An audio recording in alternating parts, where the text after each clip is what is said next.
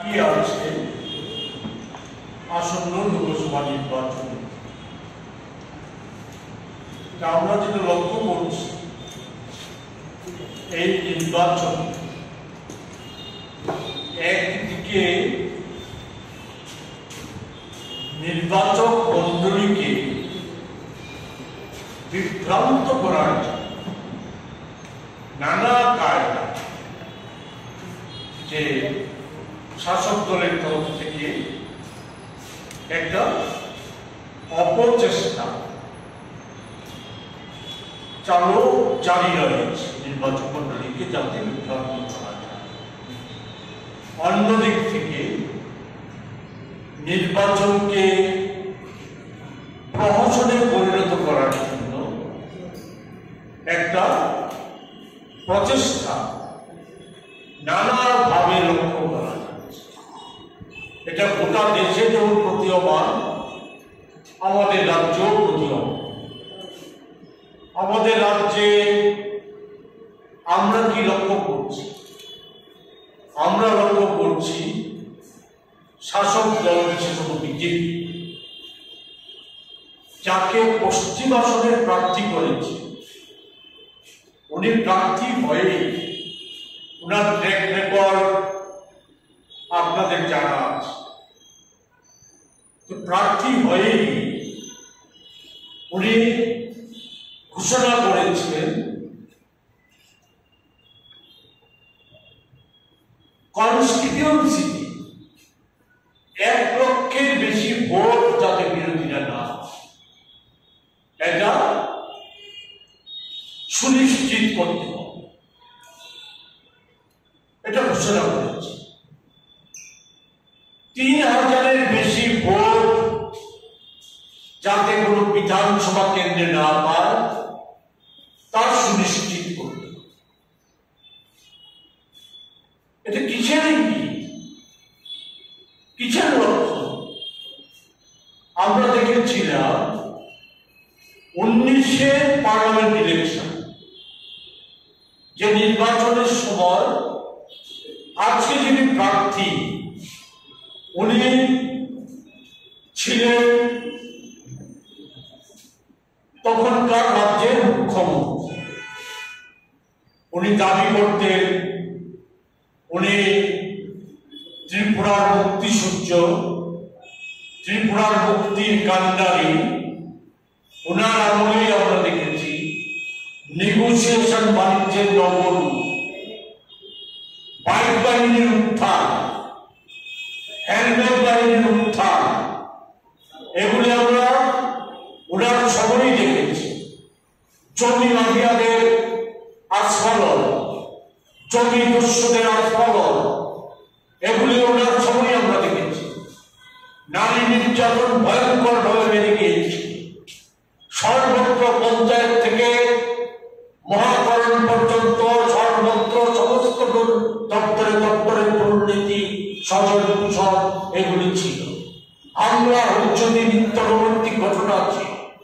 এমনকি রাজনৈতিক দলের শুভ অফিসটা এগুলি যখন ন্যায় পায়নি, সংবাদ মাধ্যমের অফিস তাকেও ঘুরিয়ে দেওয়া হয়েছে, আগুন লাগিয়ে তাকে ধ্বংস করে দেওয়ার চেষ্টা করা হয়েছে। এগুলো ওনার সময় আমরা দেখেছি। ওনার বাইক বাহিনীকে আমরা দেখেছি গত লোকসভা নির্বাচনে যথেচ্ছভাবে ব্যবহার করে নির্বাচনকে প্রহসনে পরিণত করেছে। এটা আজকে শুধু আমাদের কথা না, আপনারা অবগত আছে সেই সময় নির্বাচন কমিশন সমস্ত রিপোর্ট সংগ্রহ করে তারা বাধ্য হয়েছিলেন বিরাট সংখ্যক বুথে পুনর্নির্বাচন করার। স্থানীয় নির্বাচনগুলিকে প্রহসনে পরিণত করা হয়েছিল দৌরাত্ম্য করতে গিয়েছে। এবারও সেই লক্ষ্য আমরা ওনার কথাতে, ওনার চালচলনে, ওনার কার্যকলাপে, বিজেপি দলের লোকদের আস্ফালনে, কর্মকর্তাদের একটা অংশের, সকলের না, একটা অংশের আস্ফালনে আমরা এই জিনিসগুলি আজকে আবার নতুন করে প্রত্যক্ষ করছি। ফলে আমরা আশঙ্কিত নির্বাচন সুষ্ঠুভাবে সম্পন্ন হবে। ইতিমধ্যে আমাদের প্রচার কার্যকে ব্যাহত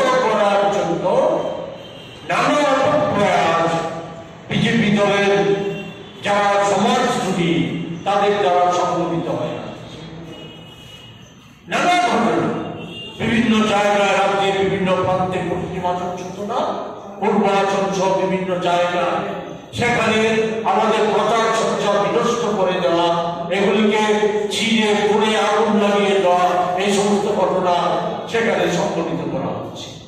গতকাল একটা ঘটনা, নেকড়াজনক ঘটনা সংঘটিত হয়েছে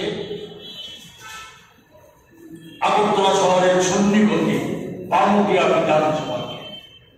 সে বামুটিয়া বিধানসভা কেন্দ্রে আমাদের কংগ্রেস ভবন থেকে প্রচার সজ্জা সামগ্রী নিয়ে সেখানে একটা গাড়ি, আমাদের নির্ধারিত গাড়ি, মানবিচার করা গাড়ি, সেখানে বামুটিয়া বিধানসভা কেন্দ্রে যে প্রচার সামগ্রীগুলি নিয়ে আসার জন্য যাচ্ছে, তাকে সে গাড়িটাকে রাস্তায় বামুটিয়া যাওয়ার পর রাস্তায় আটকিয়ে সেখানে ড্রাইভারকে নামিয়ে বেধড়ক মারধর করা, তার পকেটে থাকা টাকা ৩,১০০ টাকা সেখানে ওই বিজেপি দলের যে সমস্ত সমাজ কর্মীরা তারা চিন্তাই করে নিয়ে যায়। শুধু ড্রাইভারকে বেধড়ক মারধর না, সেখানে আমাদের প্রেস ছিল, ফ্ল্যাগ ছিল, প্রচার সামগ্রী, অন্যান্য প্রচার সামগ্রী ছিল, এইগুলিকে সেখানে ছিনিয়ে নিয়ে গিয়ে পাশের জঙ্গলে নিয়ে গিয়ে আগুন লাগিয়ে ধ্বংস করে। সাথে সাথে আমাদের গাড়ির ড্রাইভার সহ আমাদের সেখানকার স্থানীয় কর্মীরা, নেতারা, তারা পুলিশের কাছে এফআইআর করে আমাদের তরফ থেকে নির্বাচন কমিশনের কাছে আমাদের পশ্চিমাঞ্চলের প্রার্থী উনি চিঠি দিয়ে প্রতিবাদ জানান। আমাদের দলের তরফ থেকে আমরা নির্বাচন কমিশনের কাছে অভিযোগ উত্থাপন। আমরা যে কারণে আজকে এখানে সমবেত হয়েছি, যে একভাবে চলছে যে নির্বাচনকে প্রশাসনে পরিণত করার চেষ্টা, অন্যদিক থেকে চলছে মানুষকে বিভ্রান্ত করা, নির্বাচন মন্ডলীকে বিভ্রান্ত করার চেষ্টা। অথচ আমরা কি দেখছি? আমরা এগুলো বিজেপি দল, তাদের না আছে নির্বাচন মন্ডলীর প্রতি দায়বদ্ধতা, না আছে জনগণের প্রতি দায়বদ্ধতা, কোন রকম দায়বদ্ধতা। এটা কেন্দ্রীয় স্তরে যখন পরিণত করা যায়, আপনি তো আপনারা 16 সালে এক সন্ধ্যায় আমাদের দেশের প্রধানমন্ত্রী নরেন্দ্র মোদীজি হঠাৎ করে রেডিও টেলিভিশনে ঘোষণা করে গোটা দেশে 500 টাকা এবং 1000 টাকার নোট বাতিল করে। কি বললেন? যে আমি যদি 50 দিনের মধ্যে দেশের সমস্ত কালো টাকা উদ্ধার করতে না পারি, তাহলে রাস্তায় দাঁড় করিয়ে আমার জন্য বিচার করা। 16 সাল থেকে আছে 24 সাল, এই সময়ের মধ্যে ওই টাকা বাজেয়াপ্ত করার পরে লাইনে দাঁড়িয়ে অনেক মানুষের মৃত্যু হয়েছে। মানুষ হঠাৎ করে ঘোষণা করে দিলে তোমার থেকে টাকা আর চলবে না, মানুষ দিশেহারা। ছোট ছোট ব্যবসা বাণিজ্য, অসংখ্য ব্যবসা বাণিজ্য বন্ধ হয়ে গেছে। অথচ রিজার্ভ ব্যাংক হিসাব দিয়েছে যে 98% টাকা 500 এবং 1000 টাকার নোট সেখানে রিজার্ভ ব্যাংকে জমা হয়েছে। কোথায় গেল টাকা? কেন নোট বাতিল করা হয়েছে? আজকেও কোনো ব্যাখ্যা আছে না? আজকেও কোনো ব্যাখ্যা নাই। তার মানে হচ্ছে কি, না আছে নরেন্দ্র মোদীজি দেশের জনগণের প্রতি দায়বদ্ধতা, নির্বাচন কমিশনের প্রতি দায়বদ্ধতা, কোন জবাবদিহি করার প্রবণতা। তারা ভাবে যথেচ্ছাচার করবো, আমরা যা করবো তাই আইন, আমরা যা করবো তাই আইন। এটা করেই তো নির্বাচন বন্ধ করা হচ্ছিল, যাকে সুপ্রিম কোর্ট অবৈধ বলে ঘোষণা করেছে, যেখানে পরিষ্কার হয়ে গেছে প্রশাসনকে ব্যবহার করে নরেন্দ্র মোদী যে অসাধু ব্যবসায়ীরা একদিকে যেমন সুযোগ করে দিয়েছে, অন্যদিকে বিজেপি দলের দলীয় তহবিলে হাজার হাজার কোটি টাকা লুট করে নিয়ে গেছে। ভাবে আজকে আপনাদের মাধ্যমে আমাদের এই রাজ্যের বিজেপি নেতৃত্বের কাছে, গোটা দেশের বিজেপি নেতৃত্বের কাছে, আমাদের রাজ্যে মাননীয় পশ্চিমাঞ্চলের মাননীয় বিজেপি দলের প্রার্থীর কাছে রাখতে চাই। উনি তো বলেছিলেন আমি কান্ডারি, ত্রিপুরার মুক্তির কান্ডারি, 4 বছর 2 মাস মুখ্যমন্ত্রী ছিল। আমি বাইক বাহিনী, হেলমেট বাহিনী কথা বললাম, অন্যদিক থেকে গুলি করেছি। আমি চাকরি দিয়ে দিচ্ছি, সমস্যার সমাধান করে দিচ্ছি। আজ এই মধ্যে হাজার হাজার কোটি টাকা দিয়ে সেসব তো এগুলি বলেছি। কিন্তু কি কারণে ওনাকে হঠাৎ করে ওয়ান মর্নিং ওনাকে সেখানে মন্ত্রিত্বের থেকে চলে যেতে হয়েছিল? কি কারণে, কেন দিল্লি হঠাৎ করে সিদ্ধান্ত নিল? কোনো ব্যাখ্যা আছে? না দিল্লি গিয়েছে, না বিজেপি দল দিয়েছে, না তখনকার মুখ্যমন্ত্রী আজকে প্রার্থী উনি দিচ্ছেন। উনি এখানে অনেক কথা বলে বেড়াচ্ছে, সিপিএম কংগ্রেসের আঘাত দিয়ে অনেক কথা বলে বেড়াচ্ছে, মানিক সরকার কোথায় ভোট দেবে অনেক কথা বলে বেড়াচ্ছে, কংগ্রেসীরা কাকে ভোট দেবে রামনগরে গিয়ে অনেক কথা বলছে, কাকে ভোট দেবে সে নিয়ে অনেক প্রশ্ন করে দিয়েছে, এগুলি করছে।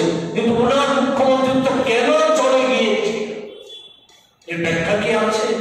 ওনাকে রাজ্যসভা সংসদ করা হয়েছিল, আজকে আমার রাজ্যসভা থেকে সরিয়ে ওনাকে লোকসভা প্রার্থী করা হয়েছে, কি ব্যাখ্যা আছে? প্রতিভা ভৌমিক সেখানে গত লোকসভা নির্বাচনে প্রার্থী হয়েছিল, যেভাবে হোক নির্বাচনকে অর্জনে পরিণত করে কিভাবে জয়ী হয়েছে, জয়ী হওয়ার পর কেন্দ্রীয় মন্ত্রী হয়েছে। হঠাৎ ওনাকে 23 বিধানসভা নির্বাচনে সেখানে ওনাকে ধনপুর কেন্দ্র থেকে আবার প্রার্থী করা, সেই নির্বাচনে উনি জিতেও চান, বিধানসভা জিতেও চান, কিন্তু নির্বাচনে জেতার পর শপথ নিয়ে পারেননি, ওনাকে সেখানে পদত্যাগ করতে বলা হলো, পদত্যাগ করে দিয়েছে। কি কারণ? মানুষের জানার অধিকার নেই, নির্বাচন মন্ডলের জানার অধিকার নেই, মানুষের সাথে এই ধরনের আচরণ কেন, ধরনের ভূমিকা কেন? এটা কোন ধরনের রাজনীতি?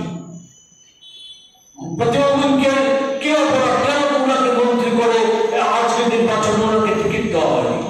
কারণ কি এটাই যে প্রতিভা বলে সেখানে ওই বিজেপি দলের তথাকথিত কার্যকর্তাদের বিপদে আপদে নানা প্রশ্নে তাদের পাশে থাকার চেষ্টা করতে, এটাই কিন্তু আমার অপরাধ ছিল না, অন্য কি কারণ? খোলাসা করে বলো, বিজেপিকে খোলাসা করে বলতে হবে, এগুলো খোলাসা করে বলছে। অপর দিক থেকে ওনারা প্রশ্ন তুলে দিয়েছেন কেন কংগ্রেস সিপিএম এর সাথে আঘাত করেছে। যে আমি একটা কথা বলি, আজকেও কি ব্যাখ্যা আছে যে একটা সময় ভারতবর্ষে সেখানে অটল বিহারী বাজপেয়ী যখন বিজেপি দলের নেতা, প্রধান নেতা, সেখানে সিপিআইএম দলের নেতা জ্যোতি বসুর সাথে পশ্চিমবাংলায় সেখানে কলকাতা শহরে হাতে হাত ধরে সবাই সামিল হয়েছিলেন। তো বিজেপি দলের সেই আঘাতের কোন ব্যাখ্যা আছে? আজ কোন ব্যাখ্যা আছে?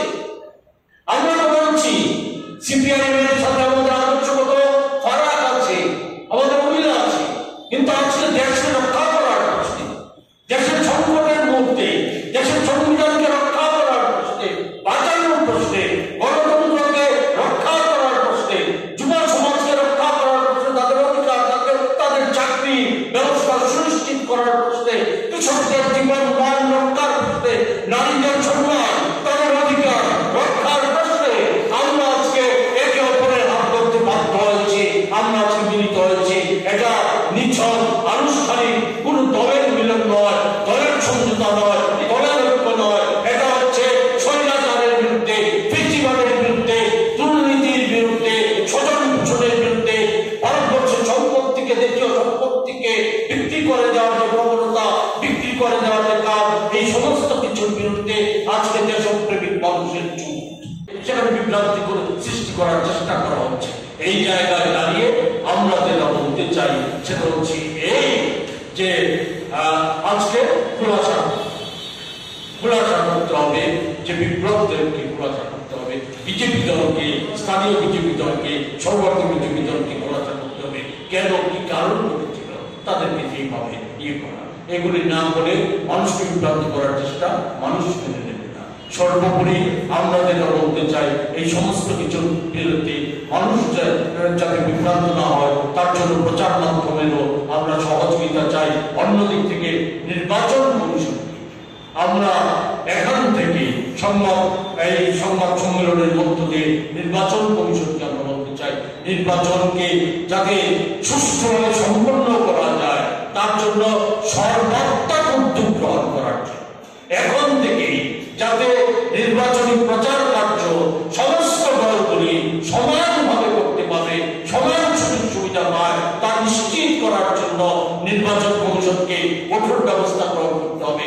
যে সমস্ত ঘটনা এই সময়ের মধ্যে বিজেপি দুর্বৃত্ত বাহিনী সংগঠিত করেছে তাদেরকে চিহ্নিত করার, যেমন গতকালকের ঘটনা আমরা সুনির্দিষ্টভাবে এখানে কপি আছে দেখে যেতে পারেন, আমরা এফআইআর করেছি, আমাদের ড্রাইভার এফআইআর করেছে, সেখানে সুনির্দিষ্টভাবে যারা অভিযুক্ত ছিল তাদের প্রত্যেককে শনাক্ত করতে পারেনি, কাউকে শনাক্ত করে নাম লিপিবদ্ধ করে এফআইআর করা হয়েছে, তাদেরকে গ্রেফতার করে কঠোর শাস্তি বিধানের দাবি জানাচ্ছি।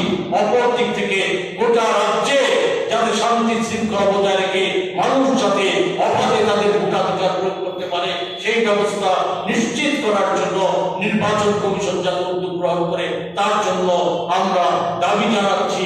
প্রচার মাধ্যমের কাছে আমরা সহযোগিতা চাচ্ছি, প্রচার মাধ্যমের কাছে আমরা সহযোগিতা চাচ্ছি যে এই সমস্ত বিভ্রান্তিকর প্রচারে মানুষ যাতে ভুল না বুঝে তার জন্য প্রচার মাধ্যম সঠিক বিষয়গুলি তুলে ধরবেন।